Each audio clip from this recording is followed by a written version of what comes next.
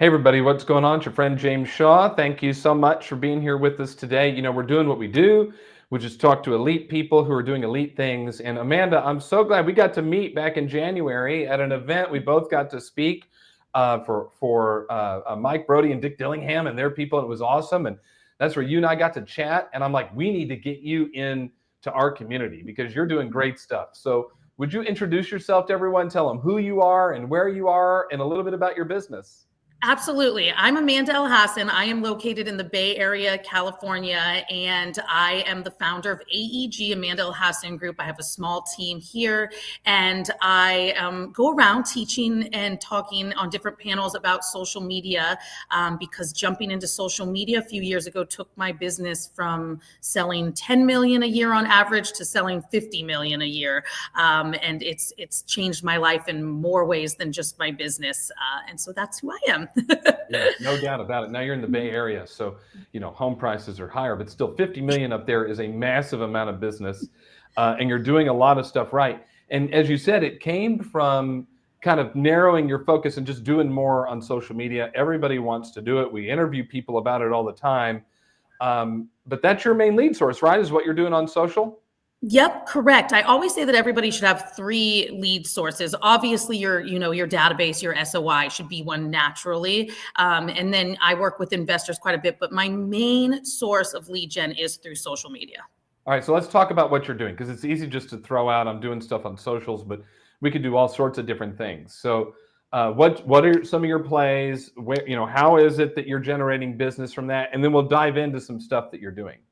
Absolutely. So the main thing I want to tell everybody is that number one, you need to view it as a community. Just like some people really dive into their church community or their golf community, you need to view it as a community. So we're not doing this for likes, for followers, for the amount of followers. In fact, they're finding that micro influencers happen to have the most pull. You see people with hundreds of thousands of followers and they don't get leads from it because it almost feels so disconnected. So viewing it as a community and then really targeting who it is that you're trying to talk to on social media. The same way as if you're going to use door knocking as a source of lead gen, you're not going to go door knock on one house here, drive across town and door knock on a condo, maybe swing by a commercial building after lunch. You're hyper focused and targeting a certain area. So that's how you want to view social media as well. Okay, so what's a micro influencer? How would someone know that that's what they are? So a micro influencer, I feel like people see on social media, people get so intimidated by it. And like you said, so many people want to do it, should be doing it, and they see people with these crazy amount of followers. A micro influencer is anyone under 10,000 followers. So I'm afraid I'm going to have to stop doing this once I hit that. I'm at about 9,000 right now. And a micro influencer is someone who sure has a following, but they're selling through social media still. They're generating leads through social media. So they call that a micro influencer. Okay, that's so fun. So yeah, you've got 8,952 as of right now, but it's going up 53, Yep. 54 as people are watching this. I'm at 7929, and same thing. I'm building a community. I'm communicating those people. They're enrolling in the stuff we're doing. So you and I are kind of living this, I guess, micro influencer life that others could learn some key strategies. So what are some of those key strategies to kind of continue to grow the following, but yet add value to those who choose to follow you? Correct. So basically the main thing is number one, creating a community. And I call it the 5-5-5 rule. And you want to every single day be following up with 5 people in your DMs, liking or commenting on 5 people's posts, and then somehow creating 5 new connections, whether that's following a restaurant in your area, following a friend of a friend, following someone back who maybe you missed and they followed you a few days ago and you missed their follow back. So 5 real connections a day. And that's how you're actually creating a community. And then I have tips and tricks to how to get them off the app. The main thing is you obviously want their contact information, get them on an email marketing campaign. But by creating a community and not just creating more followers or a video that goes viral and someone in another country is following you, you essentially want to really be in tune and interacting with the people who are on your social media.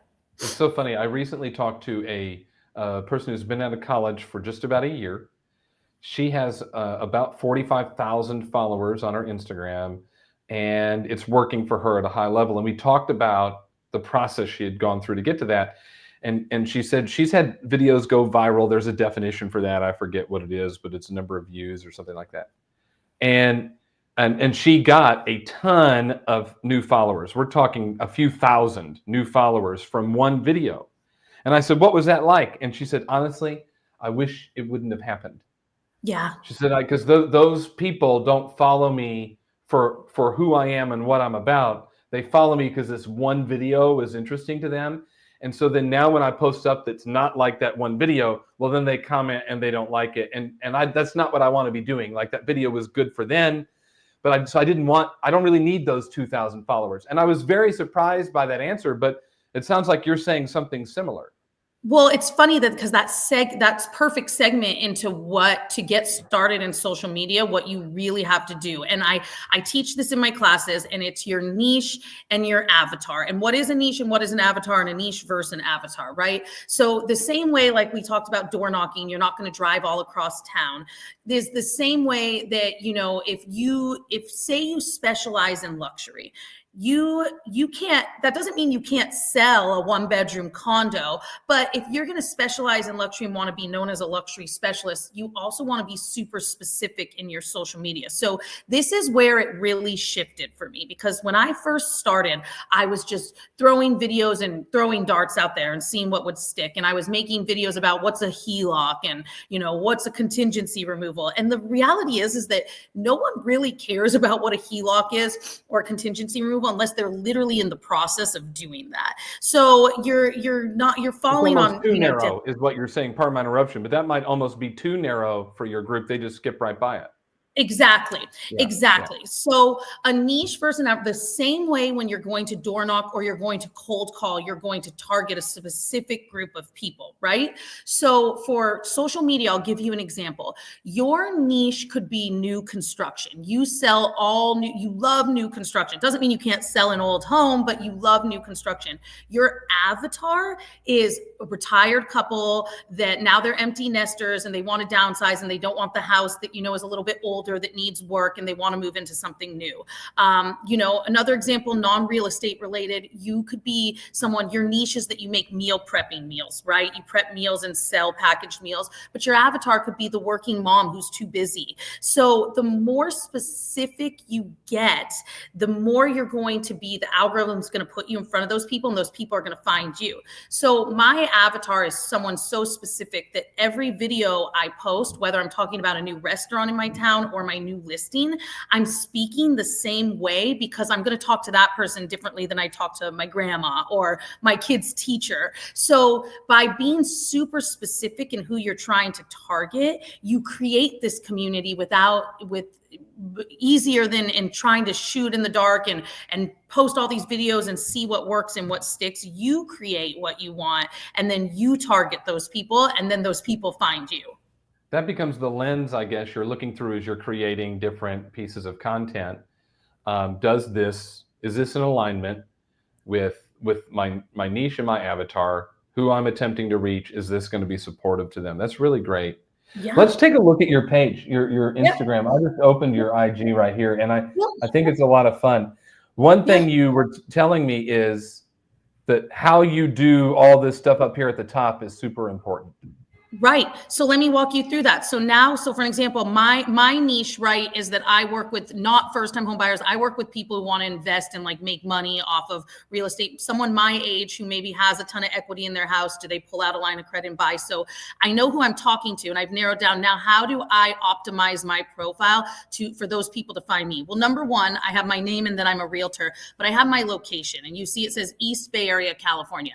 I cannot tell you how many realtors do not have their location in their profile. And so that's super important. I have that I'm the founder, and then I obviously have I'm with Keller Williams, but down here where you see Stan Store and all that, it's links for people to connect me. Then I have stories along the line. So basically my website and my Stan Store. My website will take you directly to my website where you can fill out an inquiry if you need to. And then my Stan Store takes me to where I sell products, because I do have followers and people do want to know about my products. So you want to optimize your profile to really capture who you want. So your profile could say, you know, Amanda Elhassan, luxury specialist, Amanda Elhassan, first-time homebuyer specialist, whatever you may want it to say, but you really need to have your area of location, your full name in there, and then how somebody can get in contact with you. Of course, somebody can just DM you, so make sure you're checking your DMs. But I like people to come directly through my website because then I get their email. So I want to direct them to my website because if they send in an inquiry, then I collect their email address versus them sending me a DM in the app. That's great. I want to do some tips, so we'll go back to your page, and we're not going to Yep. listen to the audio, but I'll just play the video as you kind of walk us through. But this is Yep. one that you mentioned. What are some tips you want to leave for those that are creating videos and content to put on their social media? Yeah, so the main thing is that you'll notice in this video that I don't sit and introduce myself. Hi, I'm Amanda Elhassan. I'm with Keller Williams. I'm in the Tri-Valley, because obviously they're on my page and that information is in there. So I get straight to the point. So when you post a video, you have 3 seconds to capture someone's attention before they're scrolling on to the next post. So you want to just get right into the point. You want clear writing. Always, always do subtitles, because like right now, we're not watching it with the audio on. And there's so many people who lay in bed at night with their kids or their husband and they're watching their videos and they don't have the audio on. So make sure that you constantly have captions on there, that it's clear, and that you just jump right into it. The lighting's good. There's not a lot of distractions, and always use a mic while you're filming these videos. Okay, good stuff. That's really great shares. So what are some other key tips that you see when you go through people's social media and you're like, man, they're almost there, they just need to make a couple of tweaks? What are some of those common tweaks? I feel like when you're trying to do too much, right? So it's not just about what you talk to. The same way everybody has should have 3 pillars of lead gen, right? So, you know, your SOI, social media, and then mines. I work with a lot of investors. You need to have 3 content pillars. So instead of being the agent who's all over the place, if you're really into golfing, yours could be golfing, your family. One obviously needs to be real estate if you're using it to gain leads. But so it could be real estate, golfing, and your family. Mine is real estate, my travels, and my family. And so what's going to happen is you're going to draw people who are like-minded. So if you're a big surfer, you may start selling to the entire surfer community because you post about it, and people want to work with people they like or people they feel like they can relate to.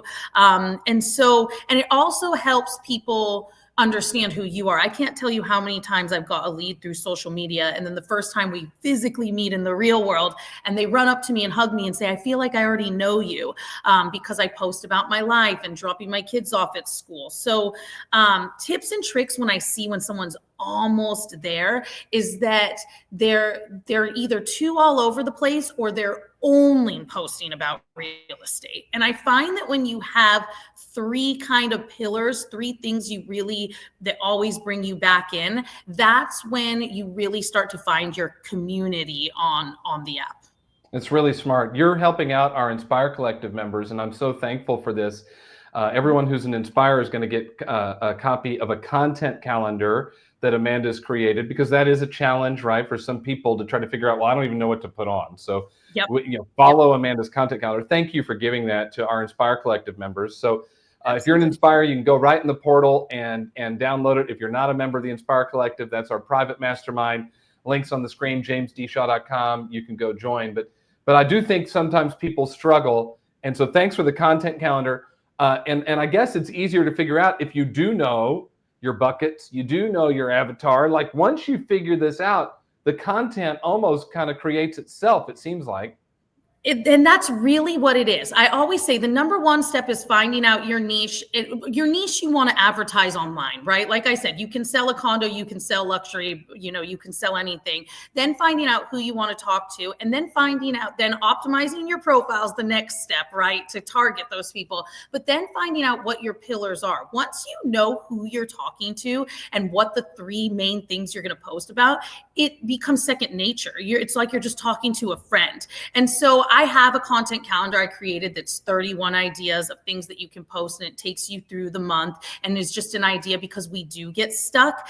But once you have the idea, the pillars, and then you know who you're talking to, the content really does come to you. Another resource I use a lot when I'm stuck on what to post is there's a website called Answer the Public, and it's the most common, and you can type in, number one concerns about home insurance right now. That's a huge one, right? Or top restaurants in Livermore, California. That's where I live. And it literally breaks down the most Googled questions from highest to lowest ranked questions, what people are actually Googling on that subject, and then just pick one and answer that question and make a video about it. So there's so many resources now to help you with content. My content calendar is a great one too. But once you know who you're talking to and you know what you're what you're going to talk about, the content just comes so easy.